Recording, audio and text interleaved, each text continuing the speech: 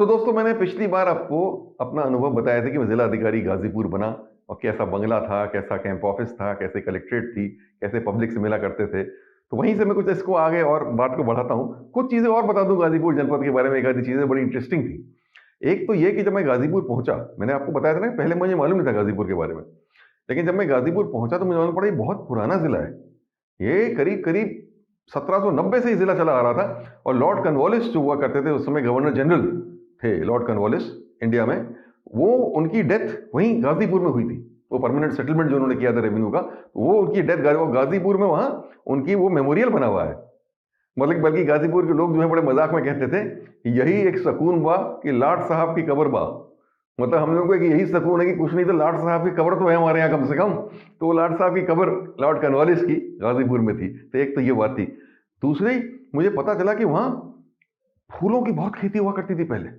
गुलाब की खेती के लिए गाजीपुर सैकड़ों सालों से मशहूर रहा है। और यहां से फूल जो उगे जाते थे वो अन्य जिलों में, अन्य जगह पे वो भेजे जाते थे। और कैसे भेजे जाते थे? ये जो गंगा नदी पे था गाजीपुर, तो पहले जो 18वीं शताब्दी 19वीं शताब्दी जो है, उसमें ज्यादातर लोग ट्रेवल जो करते थे या ट्रेड का रूट जो था वो नदी के जरिए था। नदी में जहाज जाते थे, उससे लोग के गुड्स एंड सर्विसेज जाया करती थी और ट्रेड किया होता था। तो लोग गाजीपुर से फूल ले जाया करते थे और इत्र बनाया जाता था, वो सब किया जाता था। वो फूल गाजीपुर से जाया करते थे। और गाजीपुर जो आज उतना महत्वपूर्ण को ना लगता हो कि इतना महत्वपूर्ण जनपद, लेकिन उस जमाने में बहुत महत्वपूर्ण था, क्योंकि वहां ट्रेड हुआ होता पूरा। और एक इंपॉर्टेंट पोर्ट था, वो सारे जहाज आके वहां रोका करते थे। तो उससे कितनी इकोनॉमी उस समय गाजीपुर की डेवलप रही होगी, मैं कभी कभी इसी बात को सोचा करता था। यही नहीं, और बड़ा इंटरेस्टिंग बात जो उसमें वहां के बारे में पता चली मुझे, कि वहां एक बड़े मशहूर सेंट हुआ करते थे, पौहारी बाबा जी। पौहारी बाबा जी कहा जाता था। और वो बहुत पहुंचे हुए सेंट थे और गाजीपुर में रहा करते थे। और स्वामी विवेकानंद जी वहां आए थे गाजीपुर, और पौहारी बाबू जी की वहां उन्होंने आश्रम में समय अपना बिताया। उनसे भी उन्होंने कुछ दीक्षा प्राप्त की, विचार विमर्श किया, जो कुछ भी किया, वहां बैठे साधना करी।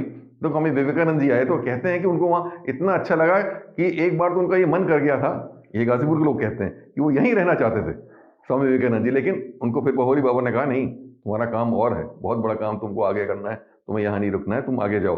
तो ये स्वामी विवेकानंद जी भी वहां आके रुके थे। तो ये सब चीजें कुछ बड़ी अलग हैं जो गाजीपुर जनपद के बारे में, और उसको बताती हैं कि किस टाइप का ये माहौल था वहां पे। कृषि प्रधान जनपद था, अधिकतर लोग कृषि करते थे। लेकिन इसमें एक और इंटरेस्टिंग चीज, बड़ी इंटरेस्टिंग है कृषि की, जो मैं आज इसको बताऊंगा जरूर आपको। वहां पे एक ओपियम फैक्ट्री है जो कहीं और नहीं है, गाजीपुर में है opium factory. Opium and alkaloid factory, जो जब मैं गया था तो कस्टम्स डिपार्टमेंट जो है हमारा भारत सरकार का, वो इसको चलाता था। लेकिन ये ओपियम फैक्ट्री 1790 से चली आ रही थी, अंग्रेजों के जमाने से। वहां ओपियम अंग्रेज लोग वहां बनाया करते थे गाजीपुर में। पॉपी जो होता है उसका कल्टीवेट किया जाता था, पॉपी की कल्टीवेशन आसपास होता था, और पॉपी दूसरे जनपदों से भी आता था यहाँ पे, और यहाँ उसको ओपियम में कन्वर्ट, अफीम में कन्वर्ट किया जाता था, और यहां से अफीम बाहर जाता था। आप समझिए, जो ओपियम वॉर्स की कहानी है चाइना के बारे में, कि चाइना में इतना ओपियम भेजा गया, वो सब अधिकतर ओपियम वहीं गाजीपुर में बन के यहां से अंग्रेज लोग ले जाते थे, और उसको वो ट्रांसपोर्ट करते थे टू कंट्रीज लाइक चाइना, जहां जाके वो ओपियम का पूरा वॉर्स हुई बाद में, क्या क्या नहीं हुआ ओपियम को लेके, पूरी उसकी कहानी है। तो इसको आप उसको रखिए कि क्या इंपॉर्टेंस थी कि वहां एक ओपियम फैक्ट्री वहां पे मौजूद थी गाजीपुर में। अब उसमें उस समय ज्यादा प्रोडक्शन नहीं होता था जब मैं था डीएम। हल्का थोड़ा बहुत ओपियम बनता था मेडिसिनल पर्पजेस के लिए, दवाओं के लिए थोड़ा बना करता था। लेकिन एक इंटरेस्टिंग कहानी उसमें जरूर मैं जोड़ दूं, कि वहां फिर भी जो उसका डिस्चार्ज निकलता था फैक्ट्री का, वो नाली से निकलते हुए जब बाहर जाता था, वो पानी में भी कुछ ओपियम रहता था। और कहते हैं कि वहां पे जो बंदर थे, वो कहते क्या, मैंने भी देखा, वहां के बंदर उस पानी को पी जाते थे।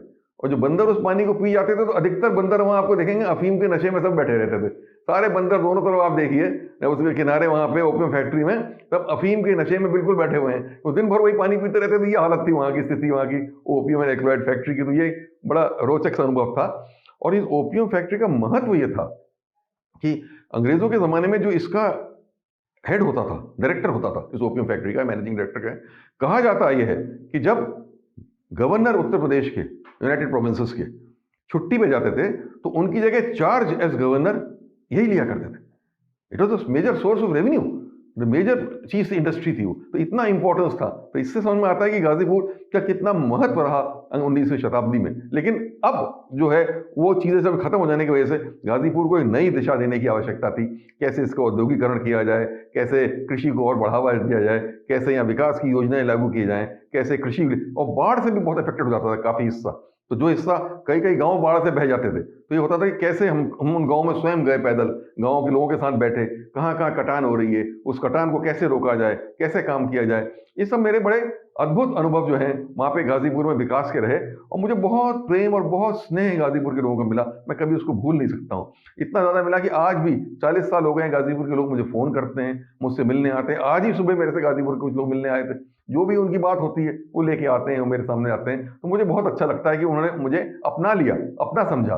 और ये है कि हमेशा वो लोग ये कहते हैं कि साहब आप जो कर गए हमको हमेशा याद रहेगा, आपने हमारे लिए क्या क्या किया। तो इतना संतोष इस बात से मिलता है कि जिलाधिकारी का पद एक ऐसा पद है कि आप इतना कुछ लोगों के लिए कर सकते हैं, लोगों के घरों तक जा सकते हैं, लोगों की लाइफ को टच कर सकते हैं, लोगों के जीवन बदल सकते हैं। और अगर इसी उद्देश्य से लोग काम करें तो बहुत अच्छा काम जो है वो करा जा सकता है। तो मुझे बहुत संतोष मिला ऐसा करने में। आगे अगले एपिसोड में मैं गाजीपुर के बारे में आपको एक दो घटनाएं अवश्य बताऊंगा। आज मैं इसको आज यहीं समाप्त करता हूँ। धन्यवाद।